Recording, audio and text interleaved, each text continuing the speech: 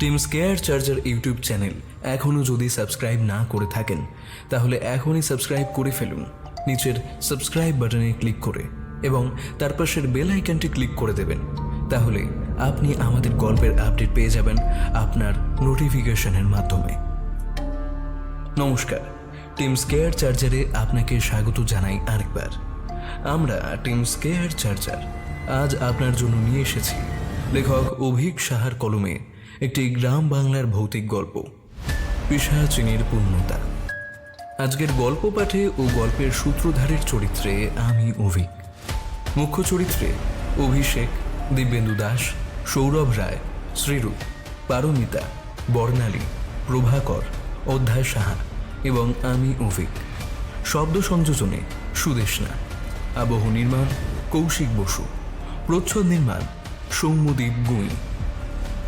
তাহলে চলুন শুরু করা যাক আমাদের আজকের কাহিনী। অভিক সাহার কলমে গ্রাম বাংলার ভৌতিক কাহিনী, পিশাচিনীর পূর্ণতা।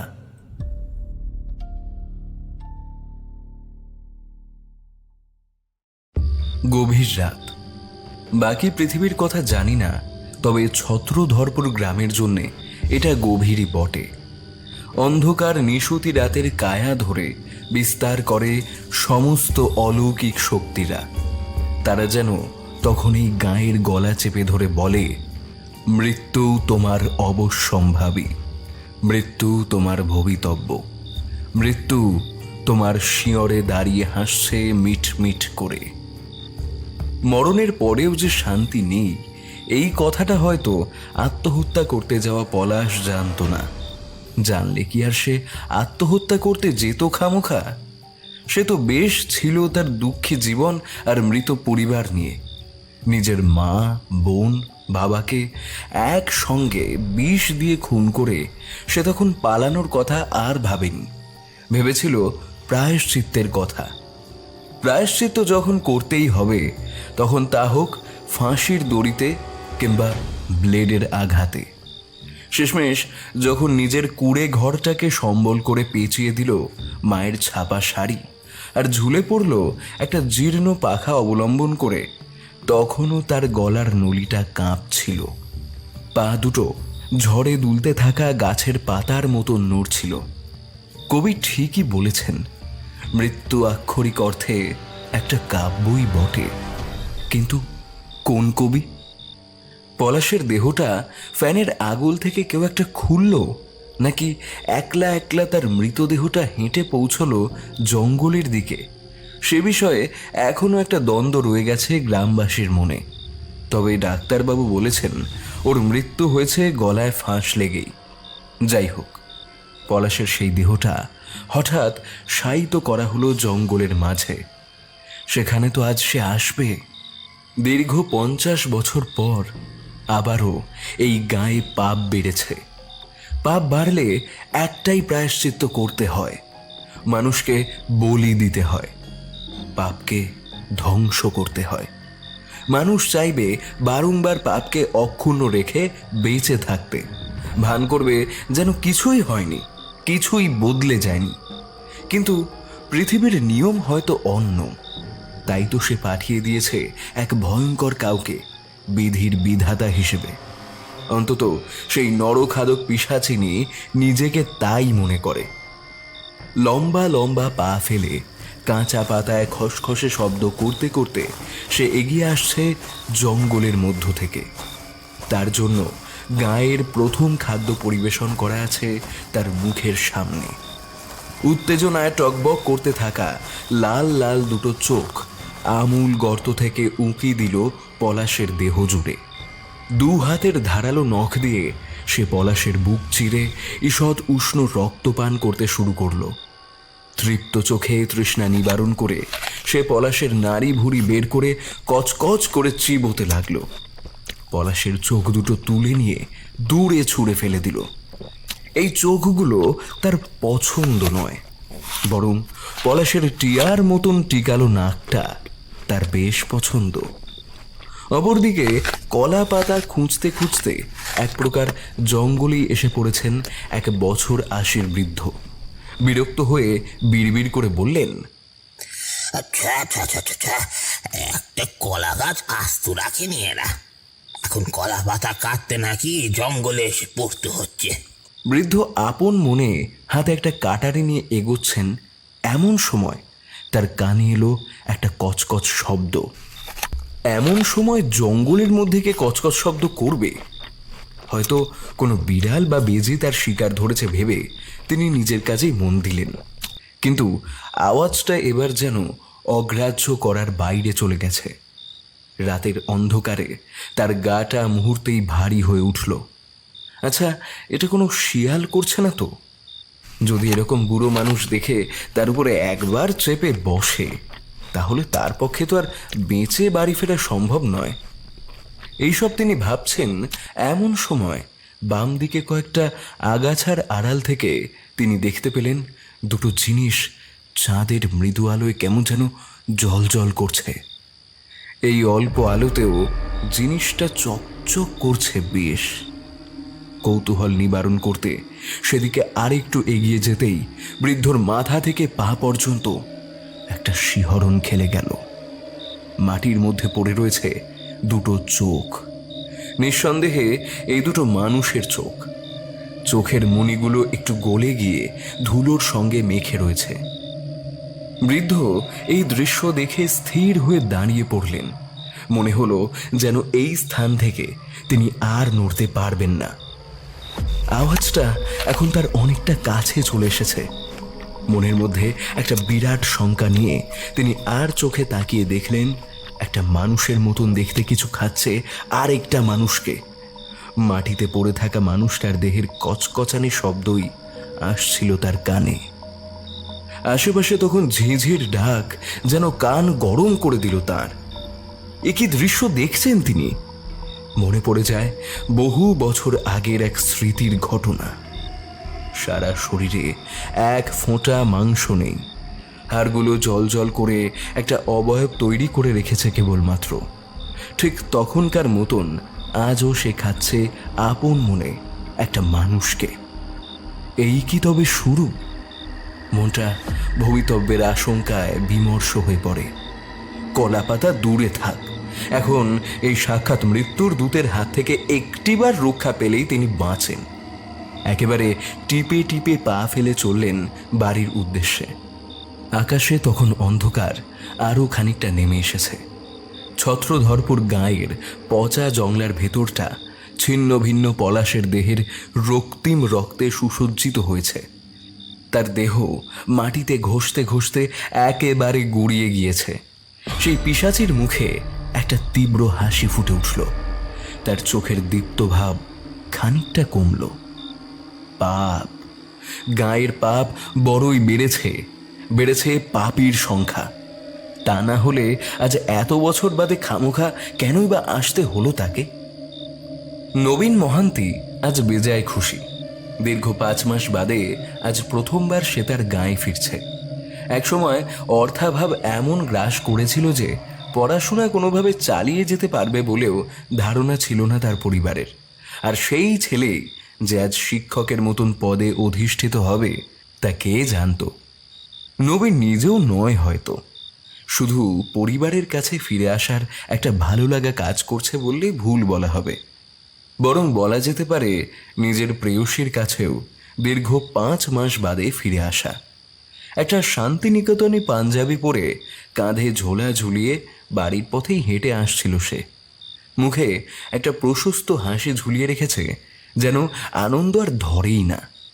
পথে বিমল বুড়োর সাথে দেখা হলে সে জিজ্ঞেস করলো, আরে নবীন যে, তেমন সে যে কই চললি বাপ? শুনলুম তুই নাকি মাস্টার হয়েছিস। নবীন একটু গদগদ করে বলে, হ্যাঁ জ্যাঠা, ঠিকই শুনেছ। এই তো মোহনপুর প্রাথমিক বিদ্যালয়ে পড়াচ্ছি। বাহ, খুব খুশি হয়েছি রে। এমনি সব ঠিকঠাক তো? হ্যাঁ হ্যাঁ, আগে বলো তোমার শরীর ঠিকঠাক তো? সব খবর ভালো তো? আর বাবা, শরীর সে আছে, তবে গায়ের খবর তো ভালো না বাবা। তুই কি জানিস নে? কেন, কি হয়েছে? সেসব কথা তো দিনের বেলাতেও মুখে আনতে ভয় লাগে রে। পঞ্চায়েত থেকে কথাবার্তা, সভা সংসদ করেও কিছু করতে পারলো না ওরা। আমরা আর কতই বা বুঝি বল? তবে এটুকু বুঝি, মানুষ মরছে, পশু মরছে, সবাই মরছে। শেষের কথাগুলো গলায় একরাশ ক্লান্তি এনে বলল বুড়ো। নবীনের মনে একটা দ্বন্দ্ব তৈরি হলো। তার হাসি মুখে একটা ছেদ তো পড়লই, সেই সঙ্গে বাড়ির দিকে যাওয়ার জন্য উদ্বেগও বাড়ল। কে জানে বাড়ির সকলে ঠিকঠাক আছে কিনা। সন্দেহ জাগতেই একটু উদ্বেগ মিশ্রিত কণ্ঠে সে জিজ্ঞাসা করল, ও জ্যাঠা, আমার বাড়ির সবাই ঠিকঠাক আছে তো গো? বিমল বুড়ো মাথা নিচু করল। এখনই সে বলতে চায় না সবটা। তাহলে বাড়ি যাওয়ার পথে তুমুল অশান্তি নিয়ে এগোতে হবে নবীনকে। কি গো, বলো না। আসলে বাপ, তোমার বাবা। কথাটা শেষ করতে না দিয়েই হন্তদন্ত হয়ে বাড়ির দিকে ছুটে গেল নবীন। একেবারে কাল বৈশাখী ঝড়ের মতন দ্রুত গতিতে মাঠ ঘাট পেরিয়ে ছুটল নিজেদের এক চালার ঘরের দিকে। আশেপাশে তখন তার মনের মতন করে আকাশ জুড়ে ঘনিয়ে এসেছে কালো মেঘমালা। থমথমে পরিবেশটায় একটা গাছের পাতাও নড়ছে না। দৌড়ে দৌড়ে বাড়িতে পৌঁছেই চিৎকার করতে লাগলো নবীন, মা, বাবা, বাইরে, কই তোমরা? আরে কি হয়েছেটা কি বলবি তো? বলে উঠলেন মা। দাদা, তুই এসেছিস? বলল ভাই। হাঁপাতে হাঁপাতে নবীন বলল, বাবা, বাবা, বাবা কই? শুনলাম বাবার নাকি কিছু একটা হয়েছে। ভাই সুভাষ ওর দিকে একটা টুল এগিয়ে দিয়ে বলল, তুই আগে শান্ত হয়ে বস, দাঁড়া পাখাটা চালাই। ভাইয়ের কথা শুনে লাল রঙের টুলটায় বসল নবীন। কিন্তু অশান্তি তার মন থেকে যাচ্ছে না। বিমল বুড়ো এত রহস্য করে একটা কথা বলেছে যে তার মন একেবারেই মানতে চাইছে না। একবার ভেতর ঘরের দিকে উকি মারল সে, যদি বাবাকে কোনো ক্রমে দেখা যায় তাই। সুভাষ বলল, বাবা আজ 5 দিন হলো ঘরে শয্যাশায়ী, প্রায় মৃত্যুর সঙ্গে লড়াই করছে। সে কি মানে? মানে হলো বাবাকে সে ধরেছিল। এবার নবীন অধৈর্য হয়ে বলল, কে ধরেছিল বাবাকে? এভাবে বলছিস কেন ভাই? সবটা খুলে বল না। দাঁড়া বলছি। এই সোমবার ওই রাত 8টা নাগাদ বাবা মুদির দোকানে গেছিল। আমি তো মনি কাকুর বাড়ি টিউশনি করতে গেছিলাম, সেই জন্যে মায়ের কথায় বাবাই গেছিল দোকানে। তারপর আর ফিরে আসেনি। এদিকে আমিও বাড়ি চলে এসেছি। ঘড়িতে যখন 9টা বাজে তখন আমি আর রাখাল বেরোলাম বাবার খোঁজে। দুজনে সাইকেল চালিয়ে যখন শঙ্কর খুড়োর দোকানে পৌঁছাই তখন খুড়ো বলে বাবা নাকি এদিকে আসেনি। অথচ ভাব দাদা, একবার বাজারের দিকে গেলে শঙ্কর খুড়োর দোকানে বাবা যাবেই যাবে, এর অন্যথা হওয়ার নয়। অবশেষে উপায় না পেয়ে আমরা এবার বাজারের আশেপাশের রাস্তাগুলোতে খুঁজলাম, কিন্তু সব জায়গায় ফল একই, শূন্য। শেষমেশ আমরা দুইজনে ভারী চিন্তায় পড়ে গেলাম। বাবাকে কোথাও পাচ্ছি না। একটা লোক মুদিখানায় যাবে বলে আর কতদূরই বা যেতে পারে। তখন রাখাল বলল জঙ্গলের পথ ধরতে। দুজনে জঙ্গলের দিকে যেতেই দেখি বাবা সেখানে অজ্ঞান হয়ে পড়ে আছে। বাবার চোখ দুটো খোলা, যেন কিছু একটা দেখে বড্ড ভয় পেয়ে গেছে। একেবারে অসাড় দেহটাকে দুজনে কোনো মতে তুলে নিয়ে আমরা বাড়িতে নিয়ে এসে শুইয়ে দিলাম। পরদিন সুজন ডাক্তার এসে দেখে গেল বাবার ধুম জ্বর ছাড়া আর কোনো ব্যাধি নেই। ডাক্তারের ওষুধে জ্বর ছাড়লো ঠিকই, কিন্তু বাবা তারপর থেকে মুখে আর রা কাটছে না। শুধুই বেলের শরবত, বাতাসার শরবত মা এসবই খাওয়াচ্ছে। কোনো শক্ত জিনিসও বাবা চিবোতে পারছে না। বাবার যে কি হলো কিছুই বুঝতে পারছি না রে দাদা। একবার কি কলকাতায় নিয়ে যাবি? এতক্ষণ চুপচাপ করে ভাইয়ের কথা শুনছিল নবীন। এবার সে গম্ভীর কণ্ঠে বলল, তারপর আর সুজন ডাক্তার এসেছিল? হ্যাঁ এসেছিল তো, কিন্তু তার মাথাতে ওইসব কিছুই ঢুকছে না রে। তাহলে কলকাতা নিয়েই যেতে হবে। দাঁড়া, তার আগে একবার বাবাকে দেখি। বলে নবীন একটু জিরিয়ে নিয়ে বাবার ঘরের দিকে এগোলো। নবীন দেখল তার বাবার শরীরের এতটাই পরিবর্তন হয়েছে যে মন্বন্তরের মানুষগুলোকেও পেশিবহুল বলে মনে হয়। চোখের তলায় এক রাশ কালি জমেছে, আর কোন কোটরে যে চোখ দুটো ঢুকে গেছে তা খুঁজে পাওয়াই মুশকিল। দুর্বলতা গোটা শরীরকে এমনভাবে গ্রাস করেছে যেন লোকটা আর কোনো কালেই উঠতে পারবে না।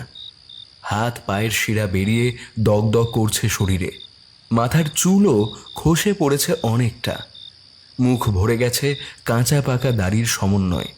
তবে শরীরের মধ্যে আরেকটা অদ্ভুত পরিবর্তন ঘটেছে যা আগে তার বাবার মধ্যে কখনোই ছিল না। নবীন ব্যস্ত হয়ে জিজ্ঞেস করলো, আচ্ছা, বাবার পেটটা এভাবে ফুলে উঠলো কি করে? ব্যস্ত সমস্ত হয়ে সুভাষ একবার উঁকি মেরে দেখল বাবার পেটখানি। হ্যাঁ, সত্যি বাবার পেটটা আগের থেকে দ্বিগুণ হয়ে গেছে যেন। সুভাষ মেইয়ে আসা স্বরে বলল, তাই তো, আসলে আমি ঠিক লক্ষ্য করিনি ব্যাপারটা। নবীন একটা জোরালো দৃষ্টিতে তাকিয়ে রইল ভাইয়ের উদ্দেশ্যে। পাশ থেকে মা এগিয়ে এসে বললেন, বাবা তোরা যা ভালো পারিস কর, গায়ের অবস্থা তো ভালো না, পারলে তোর বাবাকে নিয়ে কলকাতায় যা, তবে মনে হয় না তাতে কোনো কাজ হবে বলে। নবীনের মাথায় কথাটা আবার মাথাচাড়া দিয়ে উঠল। এই গ্রামে ঢোকার পর থেকেই সে শুনে আসছে যে গ্রামের অবস্থা ভালো নয়, কিন্তু কি যে আদতে খারাপ ঘটেছে সেটা জানতে সে বড়ই উৎসুক হয়ে রয়েছে। সে এবার ব্যতিব্যস্ত হয়ে জিজ্ঞেস করলো, মা, একটু বলবে খারাপ কি হয়েছে? আশা থেকেই শুনছি যে খারাপ কিছু ঘটেছে, কিন্তু কি? বাবার শরীরের এই অবস্থার জন্য কি অন্য কোনো কারণ আছে? সুভাষ বলল, এখন তুই একটু গা হাত পা ধুয়ে নে, তারপর তোকে সব ঘটনা আমি খুলে বলছি। শুধু আমাদের বাবাই নয়, গ্রামে এই 2 মাসে মোট 15টা মৃত্যুর ঘটনা ঘটেছে, 15টাই খুন, এবং সবকটা দেহ পাওয়া গেছে জঙ্গলের ধারে খাওয়া অবস্থায়। কেউ যেন খুন করে লোকগুলোকে একেবারে খেয়ে ফেলেছে। শুধু আমাদের বাবাকে এভাবে অক্ষত অবস্থায় পাওয়া গেছে। ভগবানের অসীম দয়া। নবীন দেখল তার মা কাঁদতে কাঁদতে সিংহাসনের সামনে গিয়ে প্রণাম করছেন প্রাণ ভরে। গায়ে এভাবে মৃত্যুর বন্যা বইছে, কিন্তু কেন? নবীনের মনটা বড্ড উসখুস করে। সূর্য তখন সবে মাত্র ছত্রধরপুর গাঁয়ের আকাশকে বিদায় জানাবে শুরু করেছে। নবীন আর সুভাষ দুটি সাইকেল বাগিয়ে মাঠের দিকে বেরোলো। এই পল্লী গায়ে বিকেলের ফুরফুরে হাওয়া খেলে যে কোনো মানুষের মন ভালো হয়ে যায়।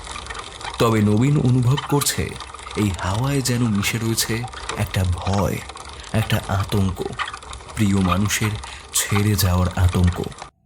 সুভাষ আর নবীন পুকুরের ধারে একটা বড় অশ্বত্থ গাছের নিচে হাতে বাদাম ভাজা আর মুড়ি নিয়ে বসে পড়ল।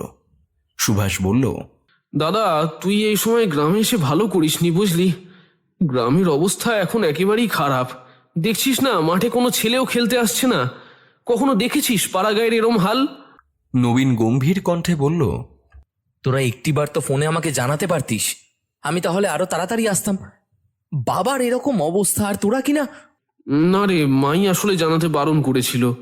বুঝিসই তো, তুই যাতে বেকার আর চিন্তা না করিস তার জন্যই আর কি মা তোকে জানাতে বারণ করেছিল। তুই এলে তো সেই জানতেই পারবি সব, সেই জন্যই আর কি। সেসব বাদ দে, আর কোনো ভনিতা না করে বল তুই ঠিক কি কি জানিস।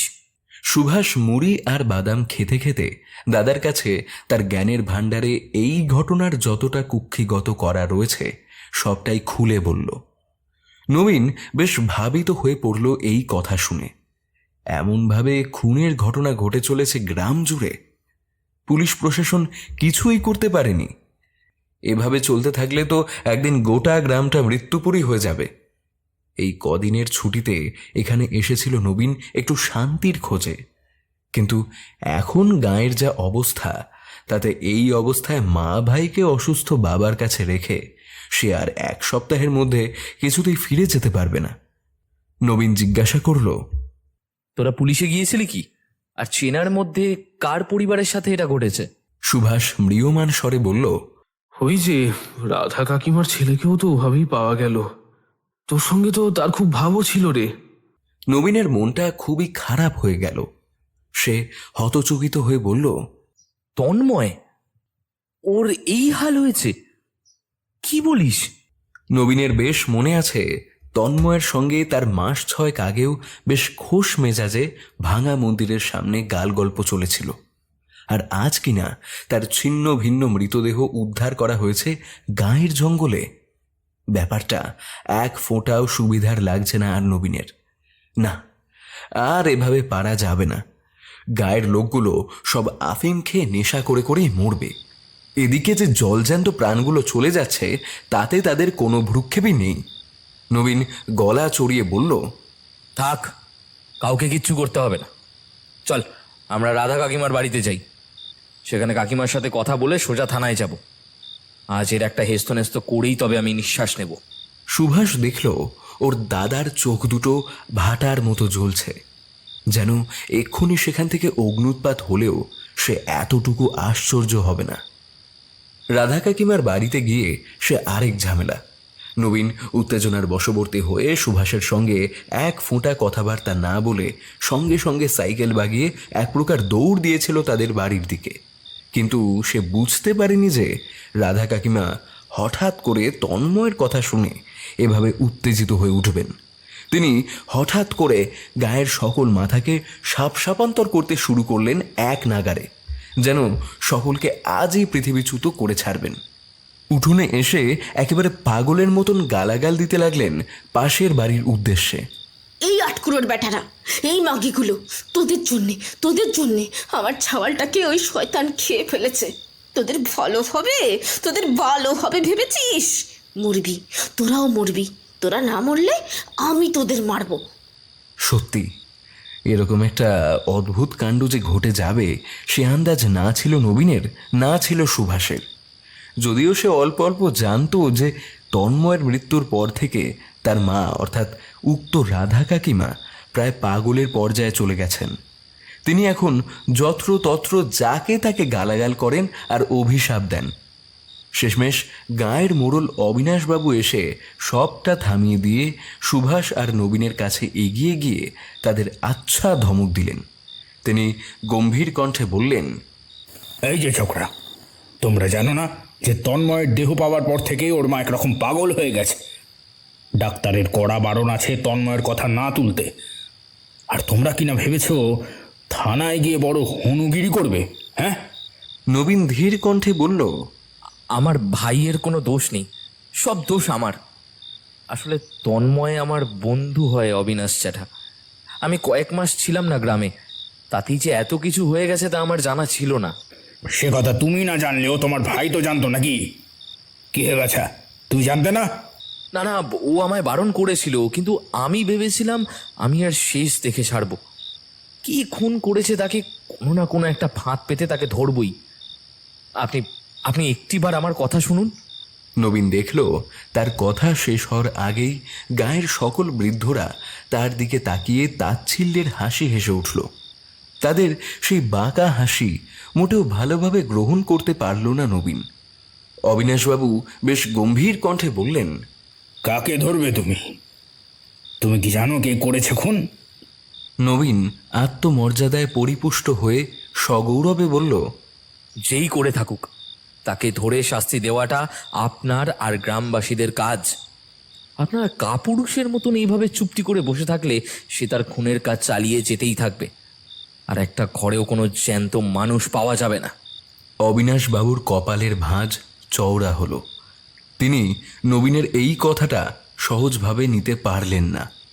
এতগুলো বয়োজ্যেষ্ঠ মানুষকে কাপুরুষ বলে হেয় করাটা মোটেও উচিত কাজ হয়নি তার। তিনি এবার হুঙ্কার দিয়ে বলে উঠলেন, এই যে ছোড়া, অনেকক্ষণ ধরে শুনছি তোমার কথা। বড্ড বেড়ে পাকা হয়েছে তুমি, তাতে কোনো সন্দেহ নেই। কিন্তু বাপ মা কি শেখায়নি কিভাবে বড়দের সাথে কথা বলতে হয়? যদি চোখের সামনে দেখতে একে খুন করে খুবলে খেয়েছে ওদের, তাহলে এই প্রশ্ন করতে না। খুবলে মানুষকে খায় জানো তুমি? কে খায়?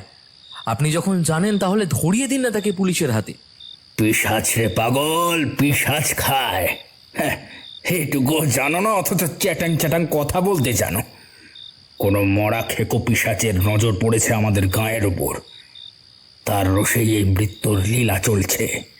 নবীন বুঝল তার 32 পার্টি এইবার এই গম্ভীর আলোচনাতেও অংশ নেবে, কিন্তু কোনো ক্রমে নিজের হাসিটা পেটের মধ্যে চেপে রেখে একটা জোরে নিঃশ্বাস নিয়ে সে বলে, তাই নাকি? আপনি তাকে খেতে দেখেছেন? আমি দেখিনি, কিন্তু ওই নীরেন বাবু দেখেছেন। আপনি কি একে ব্যাখ্যা করবেন? নবীন দেখল একজন প্রৌঢ় বছর 80 লোক বেরিয়ে এলো এই জনজোয়ারের মধ্য থেকে। বৃদ্ধর গায়ের চামড়া একেবারে কুঁচকে গেছে বয়সের ভারে। তার চেহারা দেখেও মনে হয় যেন এক্ষুনি কারো কাঁধে ভার দিয়ে পড়ে যাবেন। তিনি ধীরে ধীরে বেরিয়ে এসে নিভে আসা প্রদীপের মতন করে বললেন, বাবা তুমি শোনো আমার কথা। ও জিনিস যে জিনিস আমি এক দেখাতেই বুঝেছি গো। আমি বুঝি, আমি চিনি, আমি চিনতে পারি। আমার কথাটা শোনো তুমি। ওকে ওকে এর আগেও 50 বছর আগে দেখেছিলাম আমি এই গায়ে। ও বাবা, আবার এখন দেখলাম এ আবার এসেছে আমাদের ক্ষতি করতে। ও হলো মরা খেকো পিশাচি। যখন গায়ে পাপ বাড়ে তখন ওর জন্ম হয় এই পিশাচির। সে তখন পাপ দূর করতে নেমে পড়ে মানুষের মধ্যে, মিশে যায় আমাদের মধ্যে। তারপর একে এক শিকার করে টপ টপ করে, শিকার করে তাদের মাংস খায়, আর তারপর হাওয়ায় মিলিয়ে যায়। আর তাকে দেখা যায় না, দেখলেও বোঝা যায় না। নবীন এবার তার দীর্ঘ জবানিতে ছেদ টেনে বলল, দেখে বোঝা যায় না মানে? আপনি তাহলে কি করে বুঝলেন? দেখো, বোঝা যায় না কারণ সে যে আমাদের মধ্যেই মিশে আছে বাবা, কিন্তু আমরা তাকে দেখতে পাচ্ছি না, আমরা বুঝতে পারছি না, পারবো না, কখনো পারবো না। একবার অন্তত তাকে ধরতে পারলে, তাকে চিনতে পারলে তাও শান্তি, কিন্তু তাকে ধরতে পারছি কই? সে যে আমাদের মধ্যে থেকেই আস্তে আস্তে বেড়ে চলছে আর খুঁজে চলছে শিকারকে। তবে আমি দেখেছি তারে একজনকে খেতে। ওই খাওয়ার সময় সে যে সম্পূর্ণ ন্যাংটা গো, সম্পূর্ণ ন্যাংটা, একটা ভয়ঙ্কর রূপ নিয়ে সে খুবলে খুবলে খাচ্ছিল পলাশ্রে। নেহাত আমি রাম রাম বলে একটা শব্দ না করে বাড়ি পালিয়েছিলাম, না হলে সেদিন আমাকেও হয়তো। শেষের কথাটা বলতে গিয়ে বৃদ্ধর গলায় যে কষ্ট হলো তা বুঝতে পারল নবীন। আদতে গাঁজাখড়ি কথাগুলো এখন সেও বিশ্বাস করতে শুরু করেছে। ছেলেবেলায় শুনেছিল যদিও এরকম একটা কাহিনী, কিন্তু সে কথা বয়স বাড়ার সঙ্গে সঙ্গে স্মৃতিতে গুরুত্ব হারিয়েছে। হ্যাঁ, এখন নবীনের আবার মনে পড়ল সেই কথাগুলো। মা খাওয়ানোর সময় এসব গল্প বলতো বটে, তবে সেগুলো যে নিছক গল্প বলে গ্রামবাসী বিশ্বাস করে না, সেটা আজ সে জানতে পেরেছে। নবীন ধীর গলায় বলল, আপনি তার মানে পলাশ বলে একজনকে খুন হতে দেখেছেন, তাই তো? না, খেতে দেখেছি। ওই জঙ্গলের পথে কোনো দরকার না থাকলে যাওয়া হতো না। কলা পাতা কাটতে গিয়ে দেখি ওই অবস্থা। সেই যে ওখান থেকে পালিয়েছি বাছা, আরও মুখ হইনি আমি। নবীন আর কিছু না বলে ভাই সুভাষের সঙ্গে সেই স্থান ত্যাগ করে। তার মনে হতে থাকে যত তাড়াতাড়ি এই লোকগুলোর মধ্যে থেকে সে বেরোতে পারবে তত মঙ্গল। বাড়ি এসে ঘরে ঢুকতেই তার মা দৌড়ে দৌড়ে এলেন তার কাছে। হাঁপাতে হাঁপাতে বললেন, এই তোরা দুটিতে আর একদম বাইরে বেরোবি না এখন। এই সন্ধ্যার পর আমি যেন কাউকে বেরোতে না দেখি। আর নবীন, বড় হয়েছিস বলে তুই কিন্তু মাথা কিনে নিসনি। মায়ের কথাটা শোন। ওই জিনিস পথ ভুলায়, তারপর ওইখানেই ছিঁড়ে ফেলে খায়। নবীন ভাবল মায়ের সঙ্গে তর্ক করবে, কিন্তু মা কথাগুলো বলেই যেভাবে ভ্যাঁ ভ্যাঁ করে কেঁদে ফেললেন, তাতে আর তর্কে যাওয়াটা তার পক্ষে সম্ভব হলো না। সে মাকে বুকে জড়িয়ে ধরে বলল, মা, এই তো আমি আছি, আমি আর ভাই আছি, আমাদের কিচ্ছুটি হয়নি, আমরা কোথাও যাচ্ছি না। এই দেখো ঘরেই আছি তোমার সাথে। অন্তত এ যাত্রায় এই কথাটা বলে নিস্তার পাওয়া গেল। না হলে একবার মায়ের কপালে হাত দিয়ে বলতে বললে সে জিনিস পালন করতে বাধ্য হতে হতো ওদের। না, আর মন টিকছে না। এভাবে কি আর মন টেকে?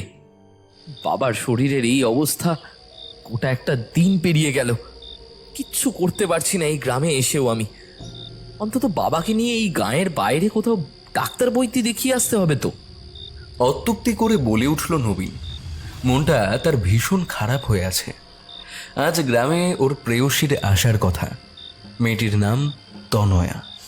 তনয়া তার পরিবার নিয়ে এই গ্রামে এসেছে বছর 3 হলো। তনয়ার মা আর এক বোন নিয়ে সংসার। নিজে পড়াশোনা করে কলকাতায় চাকরি করে আর এখানে গ্রামে পয়সা পাঠায়। ফোনে ফোনে হালকা কথাবার্তা চলতে চলতে কখন যে প্রেমের দিকে সম্পর্কটা এগোয় সেটা ধরতে পারেনি ওরা দুজনেই। বাড়িতে এখনও এই সম্পর্কে কিছু জানাতে পারেনি নবীন। ভেবেছিল এইবার গ্রামে ফিরে বাড়িতে জানিয়ে দেবে। একবার যখন চাকরি পেয়ে গেছে তখন আর তো কোনো সমস্যা থাকার কথা নয়। নবীন ঘরের বাইরে বেরিয়ে একটা সিগারেট ধরালো। গ্রামে এসে একটাবারও খোঁজ নেওয়া হয়নি তনয়ার। সিগারেটে টান দিয়ে ফোনটা করতেই কিছুক্ষণ বাদে ওপার থেকে ভেসে এলো একটা সুমিষ্ট কণ্ঠ। একেবারে বাজনার মতন রিনি রিনি স্বরে সে বলল, হ্যালো। হ্যাঁ হ্যালো, বলছি আজ কখন আসছো? ওই আর 2 ঘন্টার মধ্যেই পৌঁছে যাব গ্রামে। নবীনের মনে হলো তনয়ের গলাটা আজ একটু অন্য রকম লাগছে। এইভাবে সাধারণত সে কথা বলে না। নবীনের চিন্তা হলো। সে জিজ্ঞেস করলো, কিছু হয়েছে কি? না, কি হবে? আজ বাড়িতে গিয়ে একটু রেস্ট নিই, কাল দেখা করছি। ও না, আমি ভাবলাম না থাক, ঠিক আছে, ঠিকই আজকে রেস্ট নাও, কাল না হয় দেখা করা যাবে। এইটুকু বলে ফোনটা কেটে দিল নবীন। ভেবেছিল একবার গায়ের এই বিপদের কথা জানাবে তনয়াকে, কিন্তু সে এই এত কিছুর মধ্যে সেটাও ভুলে গিয়েছিল। তনয়ের বাড়িতে আজ অবধি সে যায়নি কোনো দিন, না তো তনয় এসেছে তার বাড়িতে। দুজনের আলাপ সরকারি চাকরির পরীক্ষা দিতে গিয়ে। সেখান থেকেই যখন ওরা জানতে পারলো দুজনে একই গ্রামের বাসিন্দা, তখন আলাপ বাড়ল। এমনিতে নবীন জানে ঠিক কোন এলাকায় থাকে সে, তবে নিজে থেকে না ডাকলে ওভাবে তার বাড়িতে যাওয়া উচিত নয় বলেই তার মনে হয়। অপরদিকে বাবার শরীরটা আগের থেকে আরও খারাপ করেছে। চেহারা এমনভাবে শোচনীয় হয়ে উঠেছে যে এই মনে হয় তিনি পরলোকে ভ্রমণ করলেন। ভাই সুভাষ জানিয়েছে আগামী সপ্তাহের সোমবারই সে যেতে পারবে কলকাতা। নবীনেরও কোনো সমস্যা নেই, তবে ততদিন অন্তত বাবাকে টিকিয়ে রাখতে হবে পৃথিবীর বুকে। কেউ আছো নাকি? বাইরে থেকে ভেসে এলো মোড়ল অবিনাশ বাবুর কণ্ঠস্বর। নবীনের মা এগিয়ে গিয়ে মাথার ঘোমটা টেনে তাকে ঘরে ঢুকতে দিলেন। নবীন দেখল তিনি একা নন, সঙ্গে আছে আগের দিনের দেখা সেই বৃদ্ধ লোকটা, যে কিনা দেখেছে সেই পিশাচিনীকে। নবীন এগিয়ে এসে বলল, আপনারা হঠাৎ কোনো সমস্যা হয়েছে কি? অবিনাশবাবু বললেন, না না, কোনো সমস্যা নয়। আসলে আমরা তোমার সাথে কথা বলতে এসেছি। আগের দিন তোমার সাথে আমার ওরকম ব্যবহার করাটা উচিত হয়নি বাবা। নবীনের মনটাও একটু নরম হলো। সে নরম সুরেই বলল, আমারও অপরাধ মাফ করবেন, কিন্তু আমার সঙ্গে আপনাদের কি কথা থাকতে পারে সেটাই বুঝতে পারছি না। বলছি বাবা, বলছি। আসলে নীরেন্দা তোমার বাবাকে একটু দেখতে চায়। ও, আপনি কি ডাক্তার? নীরেন বুড়ো এবার হেসে বললেন, না বাবা, আমি কোনো ডাক্তার ভর্তি নই। তবে তোমার বাবা একমাত্র সেই পিশাচিনীর যে মুক্তি পেয়েছে, এ তো নিশ্চয়ই একটা কারণ আছে নাকি? কোনো কারণ বিনা কোনো কার্য অসম্ভব, মনে রেখো। সে তো বুঝলাম, কিন্তু আমার বাবার অবস্থা নিশ্চয়ই জানেন। তিনি কথা বলবার অবস্থায় নেই, শুয়ে শুয়ে বেডসুল হয়ে যাচ্ছে ধীরে ধীরে। রোজ আমাদের পরিষ্কার করতে হচ্ছে। হ্যাঁ বাবা, জানি। তুমি কোনো চিন্তা করো না। তোমার বাবার উপর কোনো চাপ সৃষ্টি আমি করব না। আমি শুধু একবার ওনাকে দেখবো, ব্যাস। অবিনাশবাবু এবং নীরেনবাবু দুজনে এবার নবীনকে অনুসরণ করে পৌঁছল নবীনের বাবার ঘরে। নীরেনবাবুর চোখ মুখ কুঁচকে গেল একটা আশঙ্কায়। মনে হলো যেন উনার কপালে ভাঁজের সৃষ্টি হয়েছে দ্বিগুণ। তিনি গম্ভীর কণ্ঠে বললেন, আচ্ছা, তোমরা জানতে পেরেছিলে তোমার বাবাকে সেদিন কেন জঙ্গলে পাওয়া গেছিল? না, সেটা জানতে পারিনি। বলল সুভাষ। তাছাড়া বাবা তো সেই দিন থেকে আর কোনো কথাই বলতে পারেনি। বাবার যাওয়ার কথা ছিল বাজারে, সেখানে না গিয়ে কেন যে জঙ্গলে চলে গিয়েছিল কে জানে। জঙ্গলে উনি নিজে থেকে যায়নি, ওনাকে টেনে নিয়ে যাওয়া হয়েছিল। মতিভ্রম করে সেই পথে গিয়ে তারপর সব রকমের ব্যবস্থা করা হচ্ছিল মেরে খাওয়ার, কিন্তু সেটা করা হয়নি, বরং ছেড়ে দেওয়া হয়েছিল। কিন্তু কেন? পিশাচিনী তোমাদের বাবাকে ছেড়ে দিল কেন? নবীন দেখল ভদ্রলোক নিজের আঙুলগুলো মোটকে মোটকে দৃঢ় দৃষ্টিতে তাকিয়ে আছেন শূন্যের দিকে, যেন এক আকাশ বিস্ময় আর কৌতূহল ভর করেছে বৃদ্ধের দুই চোখে। নবীন বলল, বাবাকে আমরা আগামী সপ্তাহে কলকাতা নিয়ে যাব বলে ভাবছি। এইভাবে ওনাকে ফেলে রাখাটা ঠিক হবে না। গাঁয়ের ডাক্তার তো কিছু করতে পারলেন না। উত্তম ভাবনা। ঠিক আছে, আজ তবে আমরা উঠি। শোনো নবীন, তুমি অনেকদিন বাদে গায়ে এসেছো। বুড়োর একটা কথা রেখো বাবা, রাতের বেলা কোনোভাবেই তুমি বাইরে বেরিও না যেন। কথাটা মাথায় রেখো, কেমন? মোড়ল মশাইয়ের সঙ্গে বেরিয়ে গেলেন নীরেনবাবু। সন্ধ্যাবেলায় একবার বাইরে রাতের খাবারের জন্যে কিছু বাজারপত্র করে নিয়ে এলো। তার মায়ের কড়া নির্দেশ, একবার রাত ঘনালে যেন সে বাইরে না বের হয়। ঘড়ির কাঁটারা নিজেদের মধ্যে পাল্লা দিয়ে দৌড়তে দৌড়তে রাত তখন 10-এর ঘরে পৌঁছে গেছে। ছত্রধরপুর গাঁয়ে তখন বিষণ্ণতা আর ভয়ের একটা মিশ্রণ যেন বিরাজ করছে। এই থমথমে পরিবেশের মধ্যে প্রাণ নিয়ে বেঁচে থাকা যেন আর বেশি দিন সম্ভব নয়। নবীন মন খারাপকে একটু আনমনা করে খাওয়া দাওয়া করে নিল। বাইরে তাকিয়ে দেখল গোটা পৃথিবী জুড়ে যেন অন্ধকারের ভিড়। সকলেই নিজেদের দ্বার বন্ধ করে নিশ্চুপ হয়ে রয়েছে নিজেদের ঘরের মধ্যে। হাতে নিজের ফোনটা তুলে নবীন দেখল আজ তনয়ের সঙ্গে সেই একটিবার যে কথা হয়েছিল, তারপরে আর কোনো কথাই হয়নি তার সঙ্গে। একটা মেসেজ পর্যন্ত করেনি মেয়েটা। একটা দীর্ঘশ্বাস ফেলে সে ফোনটা বন্ধ করে শুতে যাবে, ঠিক এমন সময় ফোনটা বেজে উঠল। সঙ্গে সঙ্গে এক মুহূর্ত দেরি না করে ফোনটা রিসিভ করলো নবীন। হ্যালো, একটু ফিসফিসিয়ে বলল সে, কারণ পাশের ঘরে তার মা আর তার বাম পাশে ভাই বিভোরে ঘুমোচ্ছে। আজকে একটিবারের জন্য কি আমার কথা মনে পড়েনি তোমার? নবীনের মনে হলো তনয়া তার উপর রাগ করেছে। সে বোকার মতন বলল, কিন্তু তুমিও তো বললে তুমি একটু রেস্ট নেবে আজকে। হ্যাঁ বলেছিলাম, কিন্তু তা বলে একটা মেসেজও যে পাবো না সেটা তো আশা করিনি। আচ্ছা সরি, ভুল হয়ে গেছে। বলো, কি বলছিলে? বলছিলাম যে দেখা করবে।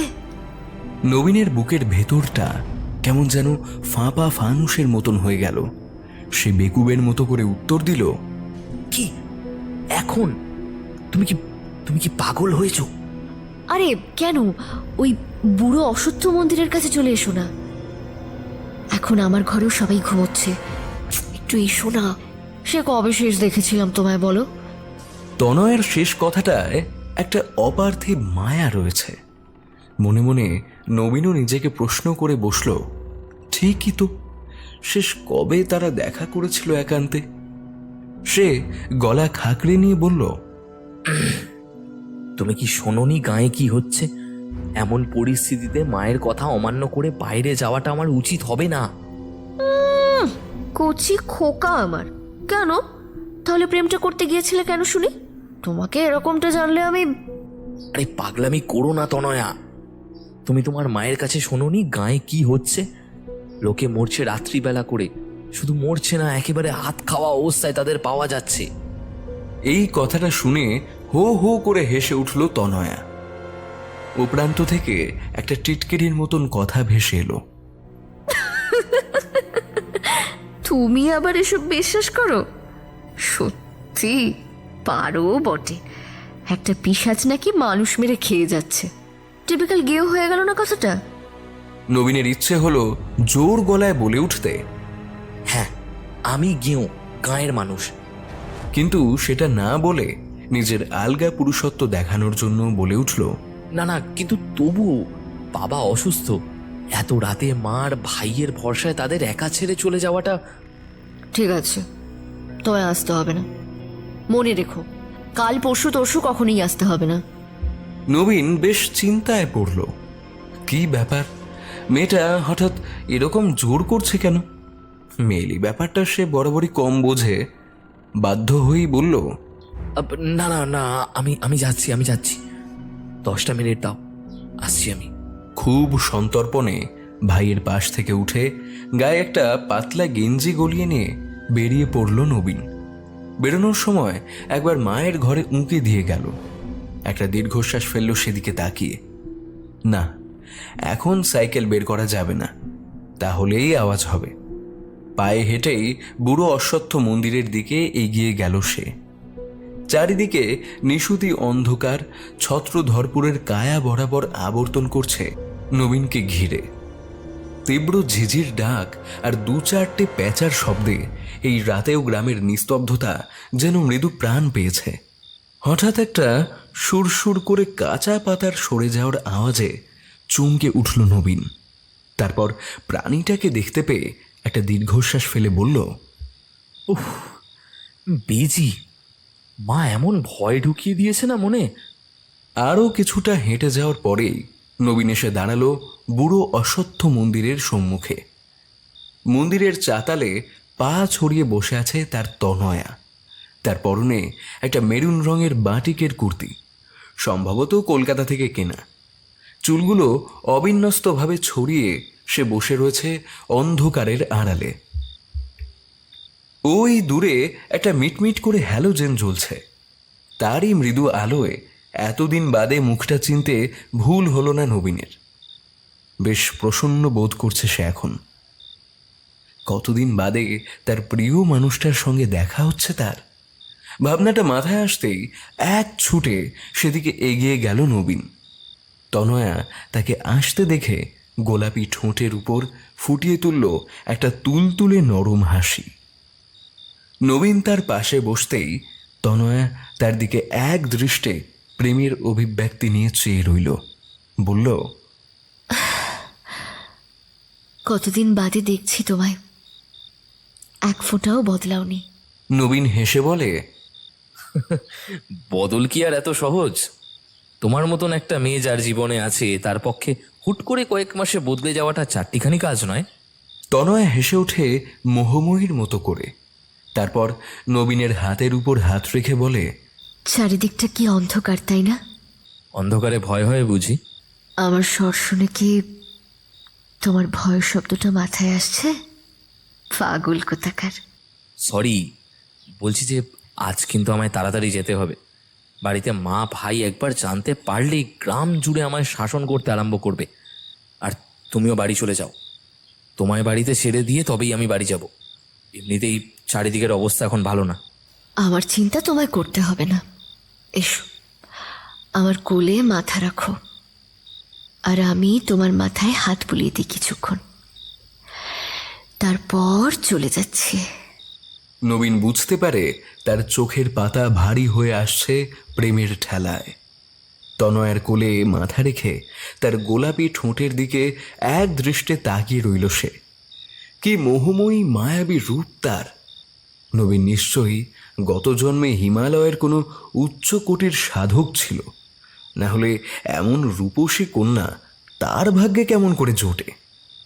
তনয়া গুনগুন করে একটা সুর ভাজতে থাকে আর নিজের আঙুলগুলো বুলিয়ে দিতে থাকে নবীনের ঝাঁকড়া চুলের অভ্যন্তরে। তার প্রেমের লালাবাই শুনতে শুনতে নবীন টের পেল এই নেশা ভাঙের নেশার চেয়েও তীব্র। এখন এই নেশাকে উপেক্ষা করা তার মতন ছেলের পক্ষে সহজ কাজ নয়। ধীরে ধীরে মা, বাবা, ভাই, গোটা গ্রামের আশঙ্কা তার চোখের সামনে থেকে ন্যাপথলিনের মতো উবে যেতে লাগলো। আর সেই সমস্ত শূন্যতা জুড়ে বিরাজ করতে লাগলো সেই মেরুন বাটিকের কাজ করা কুর্তি পরিহিতা ঠোঁটে যার গোলাপি আভা উঁকি দেয় মিষ্টি হাসিকে বিস্তৃত করে তার মায়া ভরা মুখখানি। এই দাদা, এই কই রে? আরে ওঠ বলছি, ওঠ। এক প্রকার জোরে জোরে ধাক্কা দিয়েই নবীনকে গভীর নিদ্রা থেকে জাগিয়ে তুলল সুভাষ। নবীন স্বপ্নে দেখছিল সে তনয়ার সঙ্গে মেলায় গিয়ে জিলিপি কিনেছে, আর তনয়া তাকে বারংবার মটকা কুলফি কিনে দেওয়ার জন্য বায়না করে তার হাত টানছে। কিন্তু ঘুমের ঘোরটা ভাঙতেই সে দেখল, না, তনয়া নয়, তার ভাই সুভাষ এসে তাকে টানা হ্যাঁচড়া করছিল এতক্ষণ। ঘুম চোখে বেকুবের মতন সে জিজ্ঞেস করল, কে কে? ও ভাই, তুই কি করছিস এখানে? সুভাষ তখন অস্বাভাবিক ঘামছে। সে প্রশ্ন করল, আচ্ছা, তোর এটা আমাকে একবার জিজ্ঞেস করা উচিত ছিল না? তুই তুই এ কি, এতগুলো লোক এখানে? পিছন থেকে একটা চেনা কণ্ঠ ভেসে এলো নবীনের কানে। মোড়ল অবিনাশবাবু গম্ভীর কণ্ঠে বলছেন, এরকম একটা দাদা থাকলে ভাই তো গায়ের সকলকে নিয়ে আসবেই। তোমার বলিহারি কাণ্ড ছেলে, এ রাত বিরেতে যেখানে লোকে বাইরে বের হচ্ছে না, সেখানে তুমি কিনা মন্দির চাতালে ঘুমোচ্ছ। ঠিক কি হয়েছিল বলো তো, সবটা বলো। নবীনের মাথায় তখনও কিছুই ঢুকছে না। সে চারিদিকে অন্ধকারের মধ্যে খুঁজছে সেই দুই জোড়া চোখকে। তাকে নিরুত্তর দেখে অবিনাশবাবু আবার বললেন, নির্ঘা দেখে ধরেছিল সে পিশাচিনী। শোনো বাছা, তুমি কিন্তু আর একটিবারও বাড়ির বাইরে বেরোনোর তাল করবে না। কেন যে বেরিয়েছো সেটাও তো বলছো না। নবীন হঠাৎ করে বলে উঠল, না না, আমি বেরোইনি, বোধহয় আমায় নিশি ডেকেছিল। হ্যাঁ হ্যাঁ হ্যাঁ, ওই রকমই কিছু একটা হবে। নেশি ডেকেছিল? বিস্মিত কণ্ঠে বললেন ভদ্রলোক। এইবার পিশাচিনীর সঙ্গে আরও একটা রূপ যুক্ত হলো, নিশি। নীরেনবাবু দূরে দাঁড়িয়ে গুনতে লাগলেন আর কত নতুনভাবে তিনি জানবেন পিশাচিনীকে। বিশ্বাস অবিশ্বাসের দোলাচলে দুলতে দুলতে 10-12টা টর্চকে সম্বল করে সকলে চলতে লাগলো বাড়ির উদ্দেশ্যে। নবীনের মনে সন্দেহটা রয়েই গেল, কি ব্যাপার, তনয়া এইভাবে হঠাৎ উধাও হয়ে গেল কেন? যখন সে দেখেছে এতগুলো লোক এইদিকে এগিয়ে আসছে, তখনই পালিয়েছে নাকি? হ্যাঁ, তাই হবে হয়তো। আচ্ছা, ও ঠিকঠাক বাড়িতে পৌঁছতে পেরেছে তো? অপরদিকে জঙ্গলের মধ্য দিয়ে ধীর পায়ে হেঁটে যাচ্ছে এক নাম না জানা পিশাচিনী। না, তার মনুষ্য নাম হয়তো এখনো তনয়া। তবে যখন সে নিজের খোলস ছেড়ে বেরিয়ে আসে, তখন তার আর কোনো নাম থাকে না। তখন সে কেবলমাত্র সর্বগ্রাসী এক পিশাচিনী, যার বুভুক্ষ দশা কাটানোর ক্ষমতা এই সারা দুনিয়ায় আর কারোর নেই। তার বাম হাতে ধরা রয়েছে এক বৃদ্ধ মানুষের পা। বৃদ্ধ লোকটি ছ্যাঁচড়াতে ছ্যাঁচড়াতে মাটির উপর দিয়ে নিজের নিশান রূপে রক্ত ছড়িয়ে চলেছে। তিনি বারংবার কাতর কণ্ঠে বলছেন, ছেড়ে দে আমায়। কিন্তু তার কথা যে পিশাচিনীর কানে ঢুকছে না। সে নিজের গন্তব্য সোজা রেখে এগিয়ে চলেছে সেই দিকে। হয়তো আর কয়েক মুহূর্ত বাদেই তাকে ছিঁড়ে কামড়ে খেয়ে নেবে। নীরেনবাবু তবুও মাঝে মধ্যে গলা চড়িয়ে বলছেন তাকে থামাতে, কিন্তু তার একটাও কারণ জানা নেই সে কেন বাঁচতে দেবে এই অশীতিপর বৃদ্ধটিকে। সেই ভয়াল রাক্ষসে পিশাচিটা মৌনব্রত অবলম্বন করে এগিয়েই চলেছে, তার থামার কোনো বিরাম নেই। নিশ্চুপ অন্ধকারকে ভেদ করে কয়েকটা শেয়ালের কোরাসের সঙ্গে ভেসে ওঠে নীরেনবাবুর চিৎকার। কিন্তু তারা ছত্রধরপুর গায়ের আবর্তে চাপা পড়ে যায় জঙ্গলের গভীরে। কয়েকটা আগাছার সামনে এসে শেষমেশ থামলেও সেই পিশাচিনী। ততক্ষণে নীরেনবাবুর নাক থেকে রক্তের ফল্গু ধারা বইছে, কপাল চিরেও বেরিয়ে এসেছে রক্তের স্রোত। নীরেনবাবু এখন আর ভয় পাচ্ছেন না। তার কাছে এখন অনেকগুলো প্রশ্ন আছে, যার উত্তর তাকে পেতেই হবে। তিনি অনেকবার চেষ্টা করেছেন পিশাচের দৃষ্টি আকর্ষণ করার, কিন্তু একবারও পারেননি। শেষমেশ যখন তিনি বুঝলেন তার সময় ফুরিয়ে এসেছে, তখন আরেকবার শেষ চেষ্টা করলেন। তিনি চিৎকার করে জিজ্ঞেস করলেন, তাহলে বলো, কেন তুমি ওই লোকটাকে ছেড়ে দিলে? যেখানে তুমি সবাইকে খুন করছো, সেখানে সেখানে ওকে ছেড়ে দিলে কেন তুমি? এতক্ষণে মনে হয় কথায় কিছু কাজ দিয়েছে।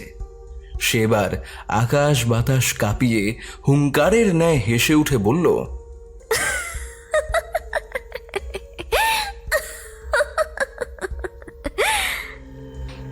তার মধ্যে যে আমি বীজ পুঁতেছি গো, আমি শেষ হলে সে যে আমার কাজ করবে, ঠিক যেমন ভাবে পুঁতেছিলাম এই মেয়ের দেহে।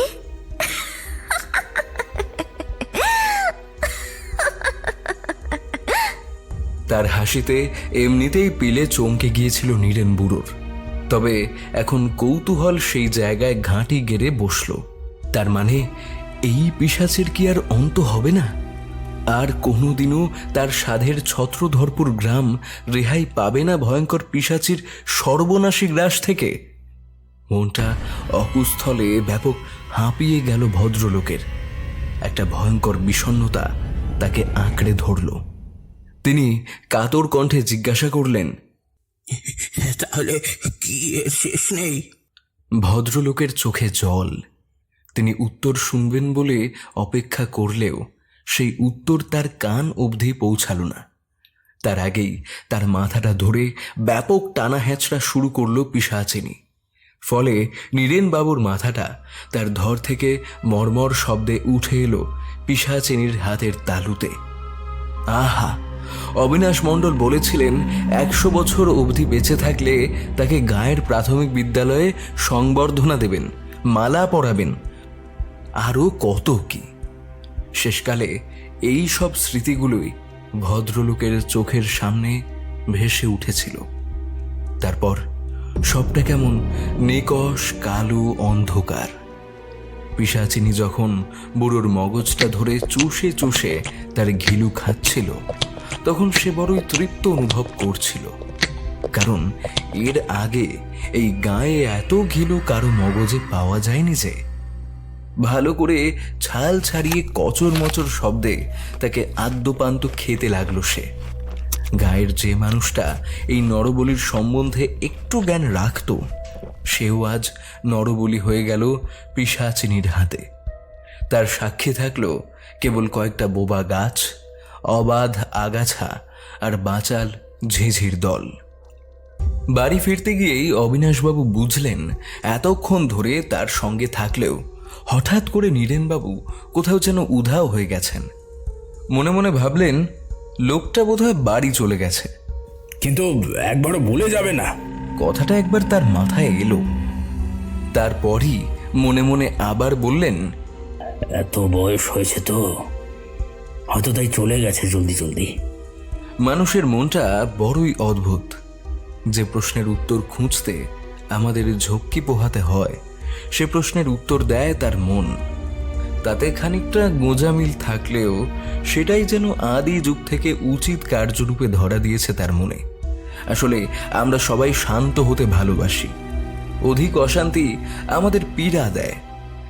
তাই নিজের মতো করে একটা উপসংহার গড়ে নিতে পারলেই হলো। পরদিন ভোরবেলা যেখানে মোরগের ডাকে ঘুম ভাঙার কথা ছিল, সেখানে গোটা গ্রামের ঘুম ভাঙল নীরেনবাবুর ছেলের চিৎকারে। সেই কুলাঙ্গার বৎস তার স্ত্রী পুত্র নিয়ে এমনই মশগুল ছিল যে সারা রাত যে পাশের ঘরে বাবা নেই তারা খেয়ালই করেনি। মোড়ল অবিনাশবাবুর বাড়িতে গিয়ে যখন সে জানালো বাবার বাড়িতে না থাকার বৃত্তান্ত, তখন তিনি প্রচণ্ড মুষড়ে পড়লেন। গত রাতে একবার তার সন্দেহ হয়েছিল বটে, তবে এখন আর সন্দেহের কোনো প্রশ্নই নেই।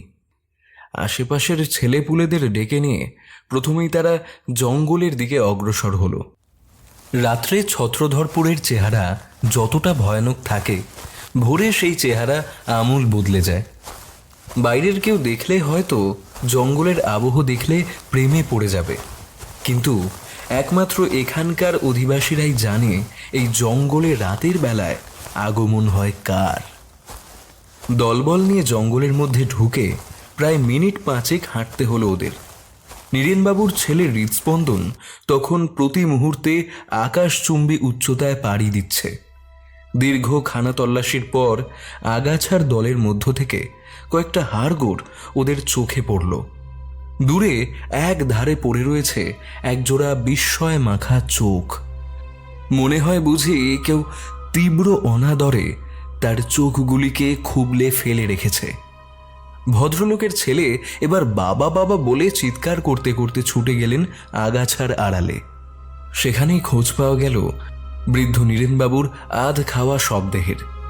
মৃতদেহের যেটুকু অংশ পিশাচিনি ফেলে রেখে দিয়েছে উচ্ছিষ্ট হিসেবে, মনে হয় তার চেয়ে ভালো হতো তাকে সম্পূর্ণটা খেয়ে ফেললেই।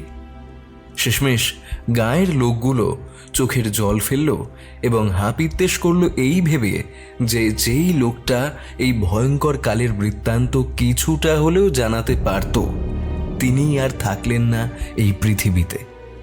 এখন সংকট এতটাই বেড়েছে যে লোকেরা নিজের ভিটে মাটি ছেড়ে গ্রাম ছেড়ে পালিয়ে যাওয়ার কথা ভাবছে। যে যার মতো বাক্স প্যাটরা গুছোতে এখন ব্যস্ত। বৃদ্ধ নীরেনবাবুর শেষকর্ম সেরে উঠে মোড়ল অবিনাশবাবু পৌঁছলেন নবীনের বাড়িতে। নবীন এতক্ষণ ধরে গাঁয়ে যে বড় কাণ্ড ঘটেছে সে সম্পর্কে সম্পূর্ণরূপে ধোঁয়াশায় ছিল। সে এখন চিন্তিত তার প্রেয়সীকে নিয়ে। তনয়া সেই যে চলে গেছে, আর ফোন পর্যন্ত করেনি, ধরেওনি। অনেকক্ষণ ধরে অনেকগুলো মেসেজ তাকে করে রেখেছে নবীন, তবুও একটি বারের জন্যেও একটা প্রত্যুত্তর পর্যন্ত আসেনি। মনটা সকাল থেকেই বড্ড খারাপ হয়ে আছে সেই কারণে। অপরদিকে মায়ের থেকে সবটা আড়ালে রেখেছে নবীন আর ভাই সুভাষ। একটিবার মা জানতে পারলেই আর রক্ষে নেই। হঠাৎ করে দরজার সামনে অবিনাশবাবুকে দেখে বেশ ভীত হলো তারা দুই ভাই। সুভাষ ফিসফিস করে বলল, এই দাদা, তোর কালকের ব্যাপারটা মাকে বলে দেওয়ার জন্য কি উনি এসেছেন নাকি? নবীন শুধু দাঁড়া দেখি গিয়ে বলে এগিয়ে গেল সদর দরজার দিকে। অবিনাশবাবুর মুখ একেবারে শুকনো দেখে চমকে গেল নবীন। তাকে ঘরে বসতে বলে এক গ্লাস জল এগিয়ে দিল তার হাতে। ভদ্রলোক জল খাওয়া শেষ করলে পর এবার নবীন কথাটা পারল। জ্যাঠা, বলছি কোনো সমস্যা হয়েছে না? মানে আপনার মুখটা এমন শুকনো দেখাচ্ছে। আর শুকনো? অত্যুক্তি করে বললেন তিনি। আজ ভোরবেলা জঙ্গলে আরেকটা দেহ পাওয়া গিয়েছে।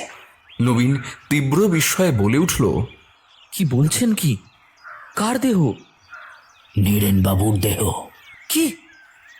হ্যাঁ নবীন, হ্যাঁ। ভদ্রলোক আমাদের সঙ্গে কাল রাতে তোমাকে খুঁজতে বেরিয়েছিলেন, কিন্তু আর ফেরেননি। কাল যদি তুমি না বাইরে বেরোতে তাহলে সব কিছুই হতো না। তুমি বুঝতে পারছো ব্যাপারটা? মোড়ল মশাইয়ের রাগ হওয়াটা অস্বাভাবিক নয়। নবীন মাথা হেঁট করে বসে রইল খাটের উপর। তার মুখ থেকে একটা কথাও ফুটছে না আর। অন্তর দগ্ধ হয়ে যাচ্ছে প্রতি মুহূর্তে একটা কথাই ভেবে, ওই নিরীহ ভালো মানুষটাকে সে খুন করে ফেলল। ছি ছি ছি, সত্যিই তো কাল একান্ত যদি সে না যেত তনয়ের কথা রাখতে, তাহলে আজ ভোরের সূর্যখানা দেখতে পেতেন নীরেনবাবু। অবিনাশবাবু এবার একটু নরম কণ্ঠে বললেন, থাক, যা হয়ে গেছে তা হয়ে গেছে। এখন আমরা তো আর একে পরিবর্তন করতে পারবো না। তবে একটা কথা সত্যি সত্যি বলো তো আমায় নবীন, তুমি কাল কেন গেছিলে ওই মন্দিরে? নবীন কোনো উত্তর দেয় না। পাথরের মতো চুপ থাকে তার ঠোঁট। তার শরীরী ভাষা খানিকটা বুঝে নিয়েই অবিনাশবাবু আরেকবার বলতে থাকেন, আমার যদ্দূর মনে হয় তোমায় কাল যে টেনে নিয়ে গিয়েছিল সে আসলে তোমার স্বীকার করতে চায়নি। সে চেয়েছিল তোমার মাধ্যমে তোমায় ডেকে নিয়ে গিয়ে অন্য কারোর স্বীকার করতে। তুমি তার কাছে কেবলমাত্র একটা টোপ, আর সেই টোপ গিলেছি আমরা। এবার নবীনের মাথা প্রচণ্ড গরম হয়ে গেল। সে উত্তেজিত হয়ে বলল, আপনি সবটা না জেনে বুঝে এমনটা কখনোই বলতে পারেন না। আপনি একজনের সম্বন্ধে না জেনে এরকমটা বলে দিলেন। অবিনাশবাবুর অভিজ্ঞ চোখ এই মুহূর্তের জন্যই অপেক্ষা করছিল। তিনি তার ঠোঁটের কোণে একটা শুকনো হাসি রেখে বললেন, তার মানে তুমি স্বীকার করছো যে তোমায় ডেকে নিয়ে গেছে, তুমি তাকে চেনো, তাই তো? হ্যাঁ, আমি তাকে চিনি। সে আমার প্রেমিকা। সুভাষ দাদার অকস্মাৎ এহেন কথায় তাজ্জব বনে গেল। দাদার যে কোনো প্রেমিকা আছে সে সম্পর্কে তার জানা ছিল না। সে অবাক হয়ে জিজ্ঞেস করল, তুই কি বলছিস দাদা? কে সে? নবীন বাধ্য হয়ে তখন সবটা খুলে বলল ওদের দুজনকে। তনয়ার সঙ্গে তার প্রথম দেখা থেকে গত রাতের তার আকস্মিক গমন, সবটাই। অবিনাশবাবু অভিজ্ঞের মতো সুরে বললেন,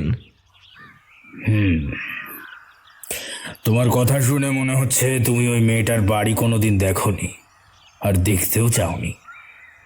শুধু তার মুখে তার পরিবারের কথা শুনেছ, তাই তো? হ্যাঁ। নরম গলায় জবাব দেয় নবীন। কিন্তু তার সঙ্গে এর সম্পর্ক কি জ্যাঠা? আছে বাবা, আছে। তুমি যে তনয়ার কথা বলছো তার কথা আমি মোড়ল হয়েও জানি না, তবে শুনেছিলাম ওই পাড়ায় একটা বড় অগ্নিকাণ্ডে মারা গিয়েছিল গোটা পরিবার। তখন আমার বয়স খুব বেশি নয়।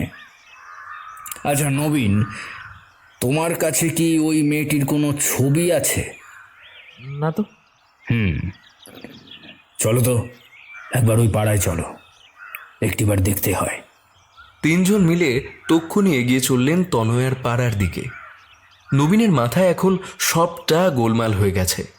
জলজ্যান্ত মানুষটা যাকে কাল রাতেও নিজের মাথায় হাত বুলাতে দেখেছে সে, তাকে এখন যদি 50 বছরের পুরনো আত্মার শিলমোহর দেওয়া হয়, তাহলে কার মাথাটা ঠিক থাকে? তনয়ার মুখটা বারংবার তার চোখের সামনে ভেসে আসছে। সেই অসামান্য মুখাবয়ব, সেই নেশামাখা কাজল কালো চোখ, সে কিনা। বুঝলেন নবীন? অবিনাশবাবুর কণ্ঠে তার ঘোর ভাঙল। আজকে নীরেনবাবু বেঁচে থাকলে এর একটা বিহিত তিনিই করতে পারতেন। আমার মনে হয় পিশাচিনি তাকে স্বীকার করেছে ইচ্ছাকৃত। নীরেনবাবু আমায় একটা কথা বলেছিলেন, ওই পিশাচিনিকে একবার চিনে ফেললেই নাকি সে গ্রাম ছেড়ে চলে যাবে। আমার মনে হয় আমরা সেই পরীক্ষায় উত্তীর্ণ হয়েছি। নবীন এখনো মন থেকে মানতে পারছে না উনার এই কথাগুলো। দেখতে দেখতে ওরা এসে পৌঁছলো তনয়ার পাড়ায়। দুর্ভাগ্য কিংবা সৌভাগ্যই বলুন, তনয়া এবং তার পরিবারের কোনো চিহ্ন পর্যন্ত পাওয়া গেল না গোটা পাড়ায়। গোটা গ্রাম তন্ন তন্ন করে খুঁজল নবীন। তার মাথায় যেন নেশা চেপে গিয়েছে, কিন্তু ফলাফল দিন শেষে শূন্যই। মাথায় এবার আগুন চেপে গেছে তার। যে মেয়েটিকে এতদিন ধরে কামনা করে টুকরো টুকরো স্বপ্নকে বুনে এসেছে সে কিনা এভাবে উধাও হয়ে গেল। তার আর কোনো খোঁজ কোনো দিনও পাবে না সে। কোথায় তার তনয়া? কোথায় সেই তন্নি যার জন্য এতদিন ধরে অপেক্ষা করছিল সে কি তবে? না না, এমনটা কখনো হয় নাকি? কিছুতেই একথা বিশ্বাস করা যায় না যে। অবিনাশবাবু শুধলেন, তুমি কি তার অফিসের যোগাযোগ জানো? নবীন উত্তরে না সূচক মাথা নাড়ায়। তনয়ার ফোনে অনেকবার কল করেও কোনো সাড়া মেলেনি।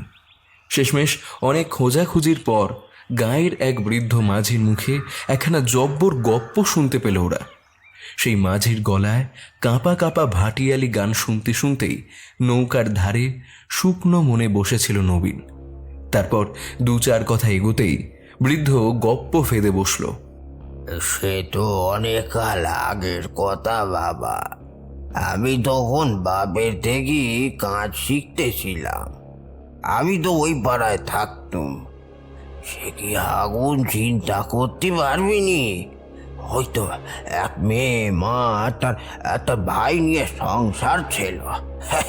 সব গেল গো।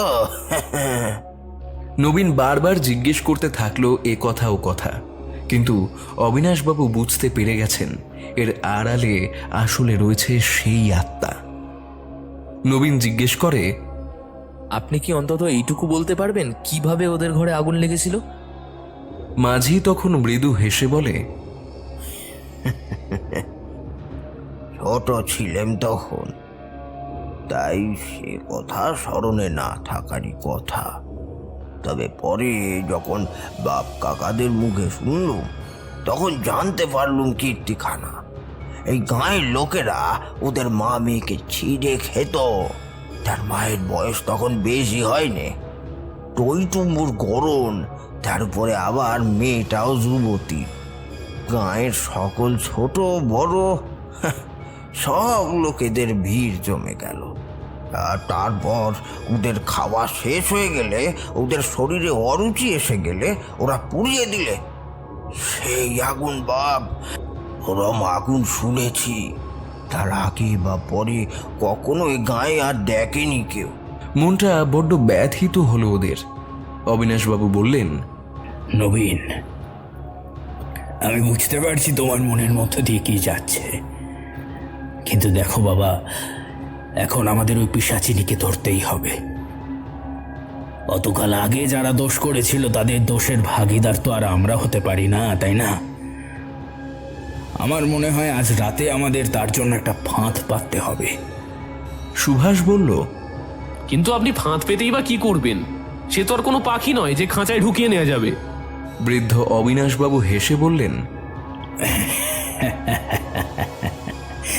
তোমরা বারংবার ওই একটা কথা ভুলে যাচ্ছ। নীরেন বাবু বলেছিলেন ওকে একবার চিনে ফেললে ও আর থাকতে পারবে না এই গায়ে। জানি না ভাগ্যে কে আছে, কিন্তু একটা চেষ্টা করে দেখতে ক্ষতি কি?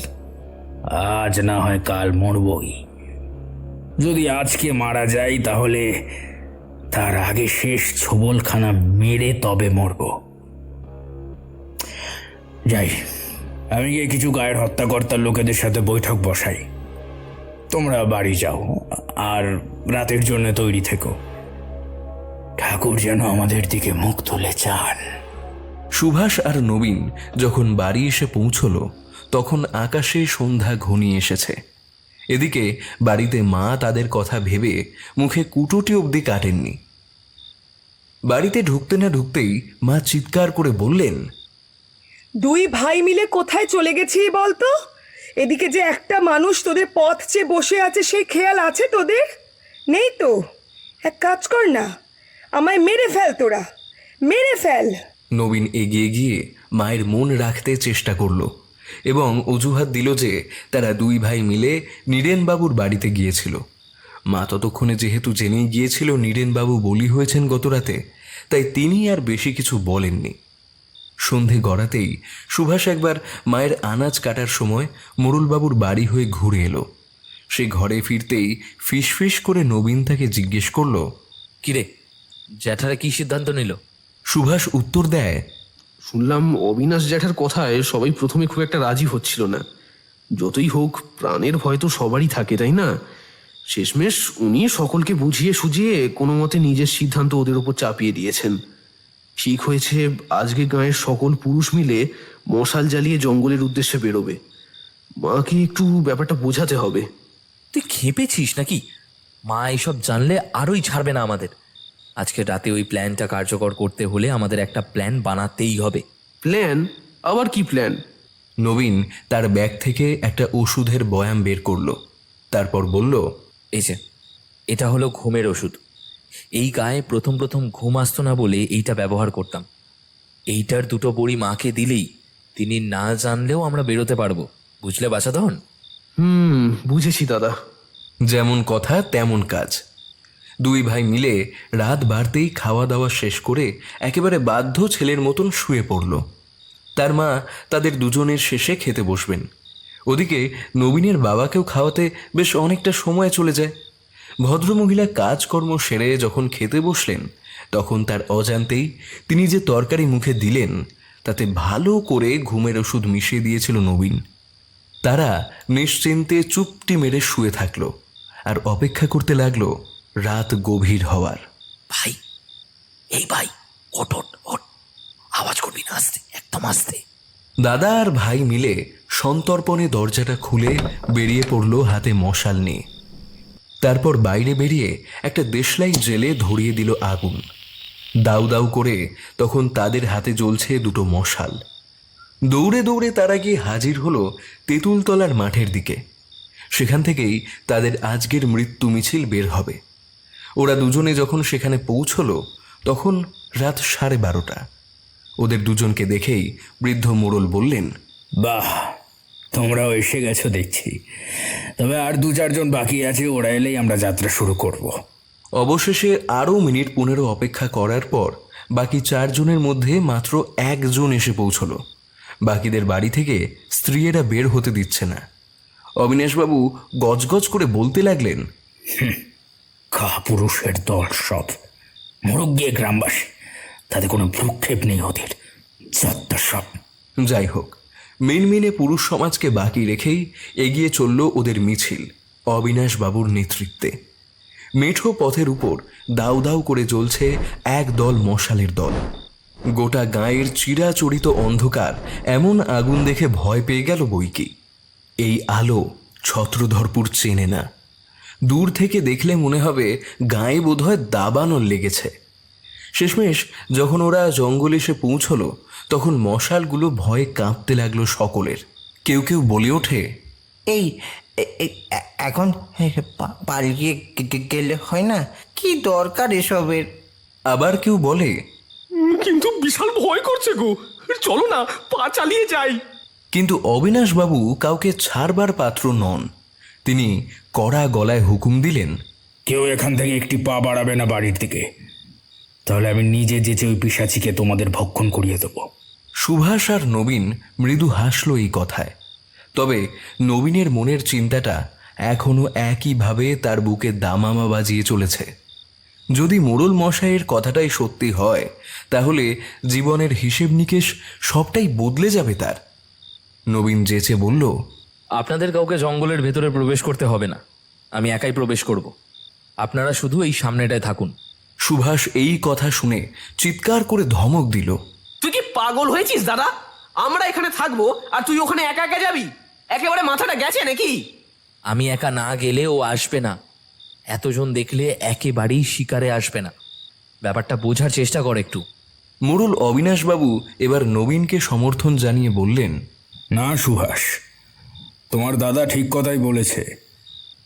ঠিক আছে, তুমি এগিয়ে দাঁড়াও এখানটায়, আমরা এখান থেকে কড়া নজরদারি রাখছি। একবার আসুক ওই পিশাচিনি, আজ ওর একদিন কি আমার একদিন। নবীনের হাতে তখন দাউ দাউ করে জ্বলছিল মশাল। সে ধীরে ধীরে কাঁচা পাতার উপর দিয়ে খসখসে শব্দ করতে করতে এগিয়ে গেল ওই জঙ্গলের ভেতরে। চারিদিক শুনশান, একটা অখণ্ড নীরবতা যেন এই জঙ্গলের অভ্যন্তরে বিরাজ করছে। কয়েকটা মাকড়সার জাল মুখে লাগে তার। কোনো মতে তাদের থেকে মুক্ত হয়ে এগিয়ে চলছিল সে জঙ্গলের গভীরে। অপরদিকে বাইরে থেকে এক দৃষ্টে তার পথ চেয়ে দাঁড়িয়ে আছে অনেকগুলো লোক। অবিনাশবাবু বললেন, তোমার দাদা তো একটু বেশি গভীরে চলে যাচ্ছে সুভাষ, আর একটু এগোলে তো আর দেখা যাবে না ওকে। সুভাষের বুকটা এই কথায় কেমন করে উঠল।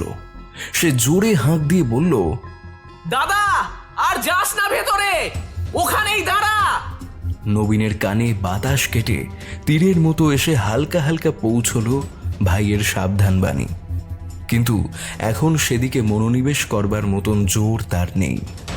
তাকে এখন একটা প্রকাণ্ড সমস্যার সমাধান করতে হবে। নবীন তাল জ্ঞান ভুলে এগিয়ে চলে জঙ্গলের আরও গভীরে। বেশ কিছুটা পথ এগিয়ে হঠাৎ তার মনে হয় তার চোখের আড়ালে কেউ একটা নড়াচড়া করছে। হাতের মশাল শক্ত হয়ে আসে তার মানে সে এসেছে। সজাগ চোখে একবার সহসা ডান দিকে ঘুরে তাকায় সে। আলো পড়লে দেখতে পায় একটা কাঠ বিড়ালি লাফিয়ে লাফিয়ে গাছের উপর দিয়ে পাতা সরাতে সরাতে চলে যাচ্ছে। খানিকটা শান্ত হয় সে। এবার ঘুরে নিয়ে সামনের দিকে এগোতে যাবে এমন সময় তার মনে হলো তার একেবারে পিছনে, হ্যাঁ, সেই বরফের মতন ঠান্ডা নিঃশ্বাস এসে লাগছে তার পিছনে। একেবারে তার গা ঘেঁষে দাঁড়িয়ে রয়েছে কিছু একটা। নবীনের এবার গা ভারী হয়ে উঠল, মাথাটাও কেমন যেন একটা ঝিমঝিম করছে। ভয়ে চোখটা ঝাপসা হয়ে উঠেছে। বুকের বাঁ দিকটায় বড্ড হাত দিতে ইচ্ছা করছে তার। উফ, মনে হচ্ছে যেন এক্ষুনি জিনিসটা বুক থেকে খসে মাটিতে পড়ে যাবে। পিছন থেকে একটা ফ্যাঁস ফ্যাঁসে চেরা স্ত্রী কণ্ঠে আওয়াজ এলো, খুব মরণের ইচ্ছা, তাই না? নবীনের আর কোনো পরিচিতির দরকার পড়ল না। সে ভালো করেই বুঝতে পেরেছে তার পেছনে দাঁড়িয়ে আছে কোনো স্ত্রী। একটুও না ভেবেই সে হঠাৎ করেই পিছনে ফিরল, আর সঙ্গে সঙ্গে তার যেটুকু সংজ্ঞা অবশিষ্ট ছিল তাও যেন কর্পূরের মতন উবে যেতে লাগলো। সে দেখল এক বিশাল আকার দৈত্য সম কিম্ভূত কিমাকার অবয়ব, যার শরীরে মাংস বলে কিছু নেই। শরীরের সব কটা হাড় একেবারে পোড়া, আগুনে গলা চামড়ার অভ্যন্তরে এতটুকু মাংস খোঁজা দেয়। তার মুখখানি এক সর্বগ্রাসী নরকের সব চাইতে কুটিল পিশাচিনীর, যার রক্তাভ লাল টকটকে চোখের ঈষৎ দুলুনিতে বুক ছিলকে রক্ত বের হতে পারে সাধারণ মানুষের। মাথার উপর এক গাছা পোড়া চুল নিয়ে আজও যেন বিভৎস এক অগ্নিকাণ্ডের চিহ্ন নিয়ে সে ঘুরে বেড়াচ্ছে। কিসের আশায়? প্রতিকারের নাকি প্রতিশোধের? নবীন মাথা ঘুরিয়ে ধপ করে পড়ে গেল মাটির উপর। পিশাচি তার মুখের দিকে অনেকক্ষণ ধরে তাকিয়ে তাকে পর্যবেক্ষণ করতে লাগলো। নবীন, এই ছেলেটা মোটেই খারাপ নয়। সে অনেক দিন ধরে চেনে নবীনকে। সে তো পাপের বিচার করতে এসেছিল আজ কতগুলো বছর পর। তার সঙ্গে অতগুলো বছর আগে করা পাপের বিচার চেয়েও সম্পূর্ণ হয়নি সেখানা। তাই তো এখনো গায়ের সকল পাপীর দংশনে সে অবতীর্ণ হয়েছে।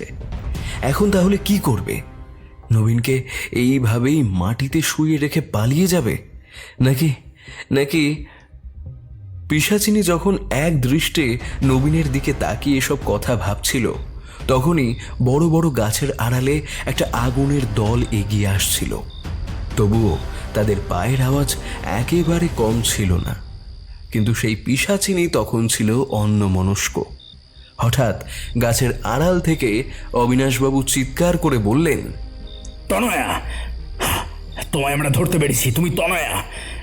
এতদিন তুমি নবীনের মতো ভালো ছেলের মাথা বুলিয়ে এই গায়ে ঘুরে বেরিয়েছো, আজ তোমার কোনো নিস্তার নেই। বলেই ওরা যে যার মতো গাছে আগুন লাগিয়ে দিল। সুভাষ তখন চিৎকার করে বলল, আমার দাদা তো ওখানে পড়ে আছে, ও তো পুড়ে যাবে জ্যাঠামশাই।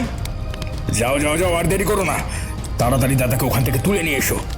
পিশাচিনী যখন দেখলে চারপাশে আগুন লেগে গেছে, তখন সে আর এক মুহূর্ত সেখানে থাকতে পারল না। অপরদিকে তার নামটা তখন চিৎকার করে ডেকে চলেছে মোড়ল অবিনাশবাবু। তনয়া, তুমি তনয়া, হ্যাঁ, তনয়া। কথাখানি অনুরণন সৃষ্টি করছে তার কানের পর্দায়। যথাসম্ভব জোরে দৌড়তে শুরু করলো সে। কিন্তু একবার জঙ্গলে আগুন লাগলে আর কি সে আগুন সহজে নেভে? পিশাচিনীর তো সেই আগুনেই ফাড়া। একবার তার শরীরে আগুন লাগলেই সে মুছে যাবে এই পৃথিবীর বুক থেকে। কয়েকটা গুলমের নিচ দিয়ে কোনো মতে দাদা অবধি পৌঁছতে পারল সুভাষ। সে দেখল দাদা অজ্ঞান হয়ে পড়ে আছে, তার শরীরে কোনো সার নেই। কিন্তু এ কি, দাদার মুখের উপরে অনেকগুলো জলের ফোঁটা এলো কোত্থেকে? সুভাষ হাত দিয়ে দেখল ঠান্ডা বরফের মতো অনেকগুলো জলের ফোঁটা নবীনের মুখের উপর অবিন্যস্তভাবে ছড়িয়ে ছিটিয়ে রয়েছে, ঠিক যেমনটা চোখের জল পড়লে হয়।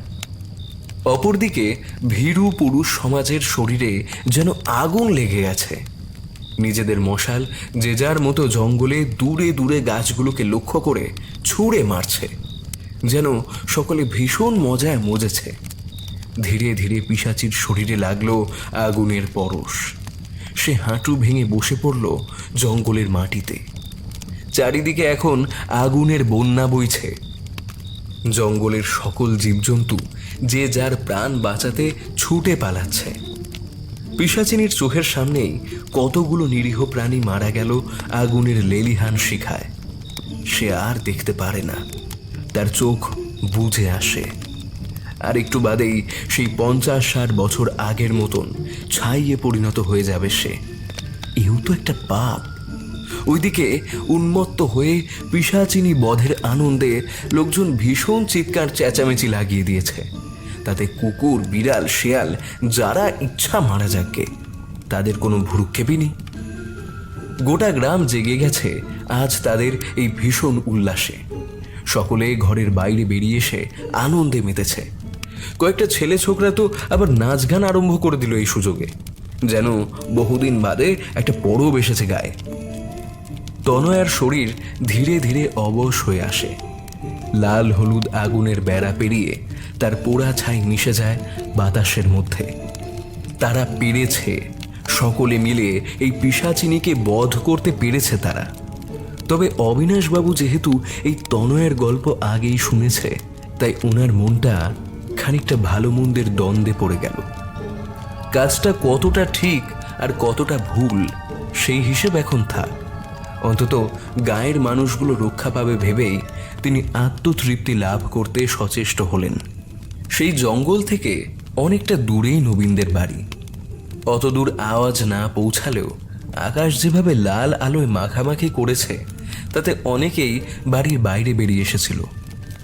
ধপ করে খাটে উঠে বসলেন নবীনের বাবা। দীর্ঘ অনেক সপ্তাহ পর তিনি চোখ খুললেন আবার। পাশে নবীনের মা ঘুমের বড়ি খেয়ে অকাতরে নাক ডেকে ঘুমোচ্ছেন। নবীনের বাবা খাট থেকে নেমে ধীর পায়ে হেঁটে দরজাখানা খুললেন।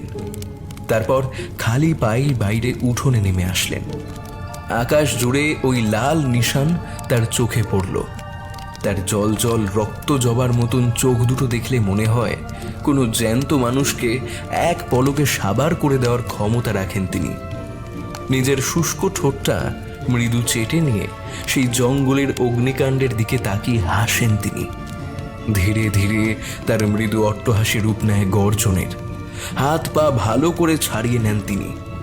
ছত্রধরপুর গ্রামের পাপের ঘরা এখনো খালি হয়নি। এক অঙ্গ না হলে আরেক অঙ্গে, এক রূপ না হলে ভিন্ন রূপে বারংবার তাকে ফিরে আসতেই হবে। তাই তো নিজের মৃত্যুর আগেই নিজের সত্তাকে সে বপন করে গিয়েছিল এই বুড়ো মানুষটার শরীরে। কাল সকালে গ্রামবাসীর ঘুম ভাঙবে ভীষণ আনন্দে। কিন্তু তাদের অজ্ঞাত সারে এই কুলেই যে বেড়ে উঠেছে তাদের নাশ, সে খবর তারা জানে কি?